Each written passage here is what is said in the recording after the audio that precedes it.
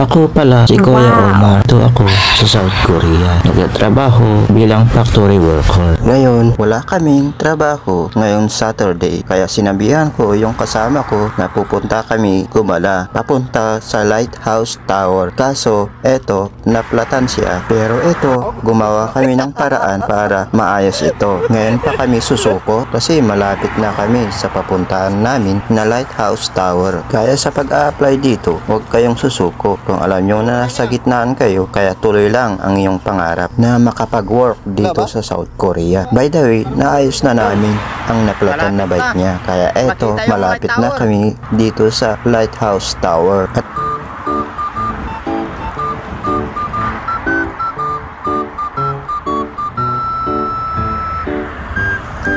ito pala yung dinaanan namin na key water dito sa Lighthouse Tower. Ang ganda pala yung pinakagawa niya. At andito na kami sa park ng Lighthouse Tower. Ang ganda ng park nila sa Lighthouse Tower.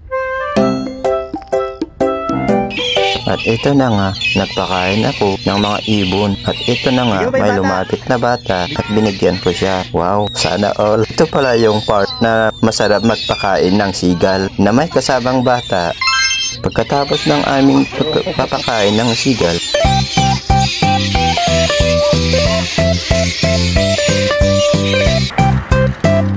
ito, tinuloy namin ang pababike kasi ang ganda magbike dito sa bike lane nila dito sa South Korea. Kaya ito, akala ko nandito na kami sa Bigan, pero ito pala, South Korea pala to.